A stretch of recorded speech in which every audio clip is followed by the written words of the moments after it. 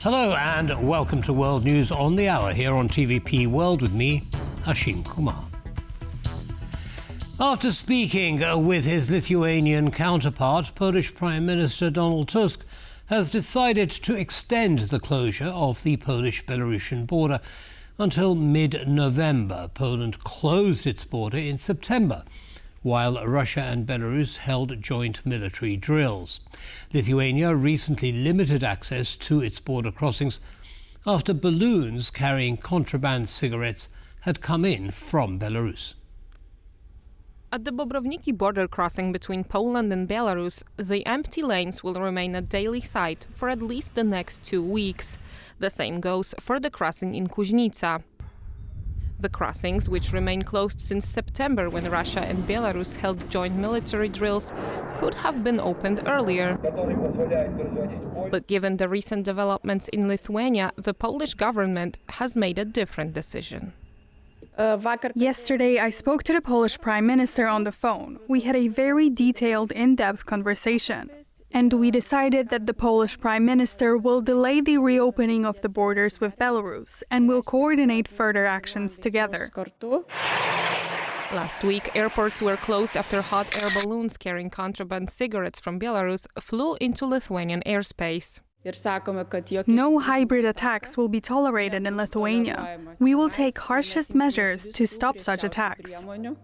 In response to these incursions, Lithuania closed its borders with Belarus for most travelers. The threat is coming from the east, said Polish Defence Minister Władysław Kosiniak-Kamysz, after yet another incident of Polish forces intercepting a Russian reconnaissance plane over the Baltic Sea. At the same time, Polish fighter jets were mobilized to protect the eastern border due to Russia's bombing of Ukraine's western regions. Polish forces intercepted yet another Russian spy plane over the Baltic Sea on Thursday, just a day after the previous incident of this kind. The Russian aircraft was over international waters, but it has failed to file a flight plan and its responders were turned off. Today, MiG-29s intercepted a Russian reconnaissance aircraft over the Baltic Sea, just like yesterday. Today there was a massive attack on Ukraine. We mobilized all our forces and resources. The threat is coming from that direction.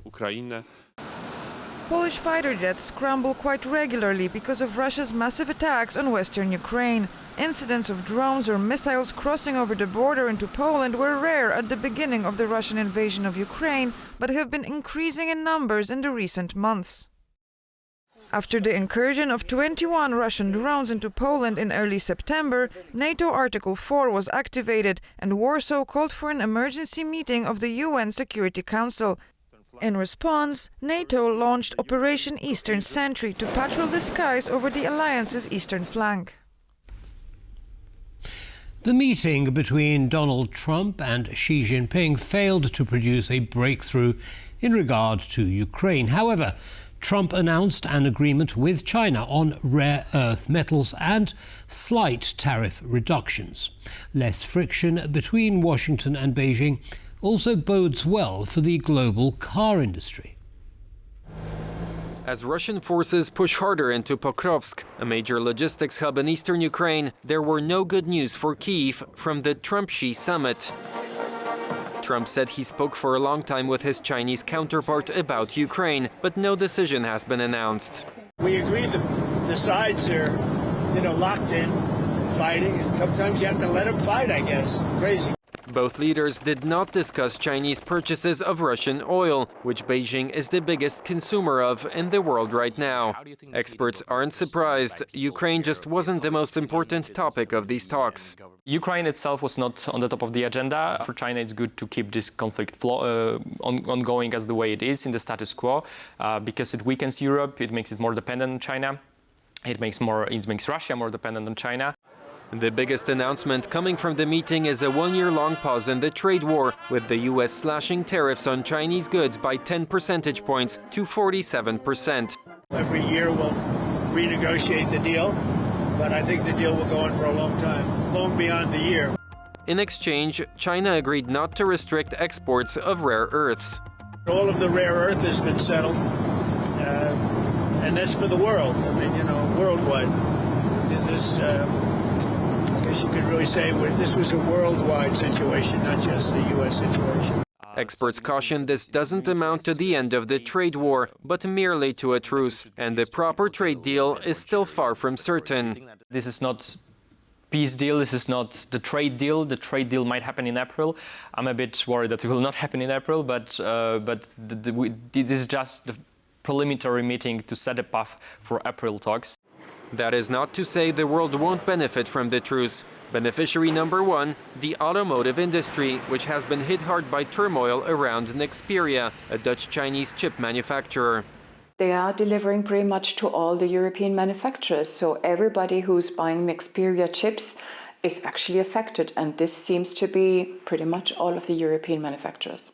Nexperia has been at risk of the tightening of U.S. tech sanctions, an offshoot of the U.S.-China trade war. But after the Trump-Xi meeting, the tightening has been postponed for a year, with car makers breathing a sigh of relief.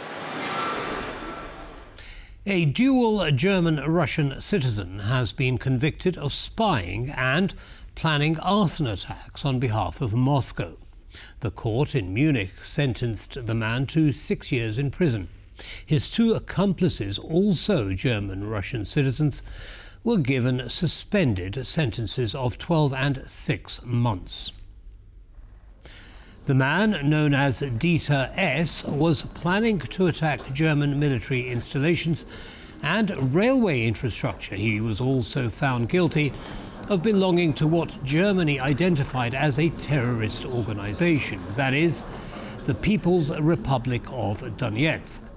Another court in Frankfurt began a trial of 3 men, Ukrainian, Armenian and Russian citizens, charged with espionage and conspiring to kill a Ukrainian soldier in Germany.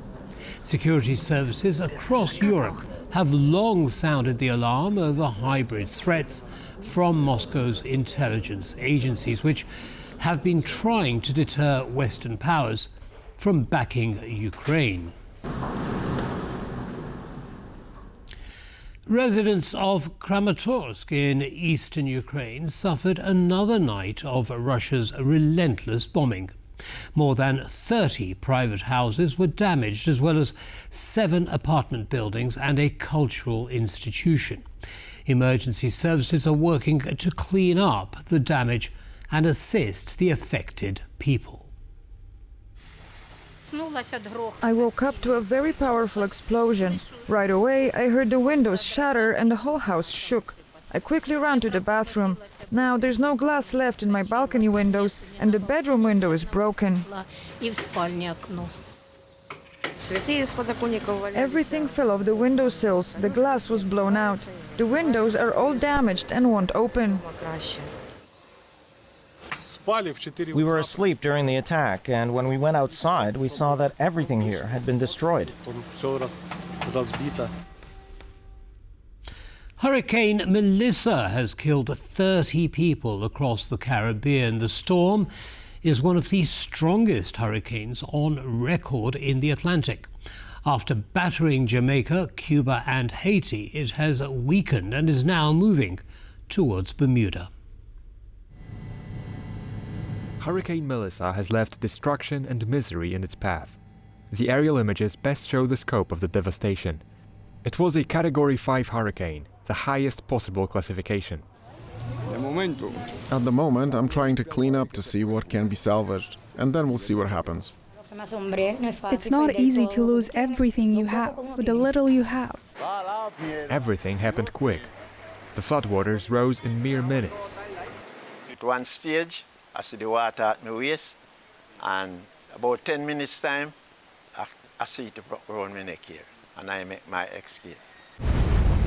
It's the worst hurricane to ever hit Jamaica, where property and infrastructure damage is catastrophic. I don't think there's any single soul on this island was not affected by Hurricane Melissa, whether it was their roofs being blown out or their gardens. 77% of the country is without electricity. There is work that's going to be done to bring that up as quickly as we can, but that is a large number. The area where Hurricane Melissa struck is considered the breadbasket of the Caribbean. That's why the region is now facing a looming food security crisis, on top of all other issues brought about by the storm. And on that tragic note, we come to the end of this bulletin, but we will be back on the hour, so see you then. Goodbye.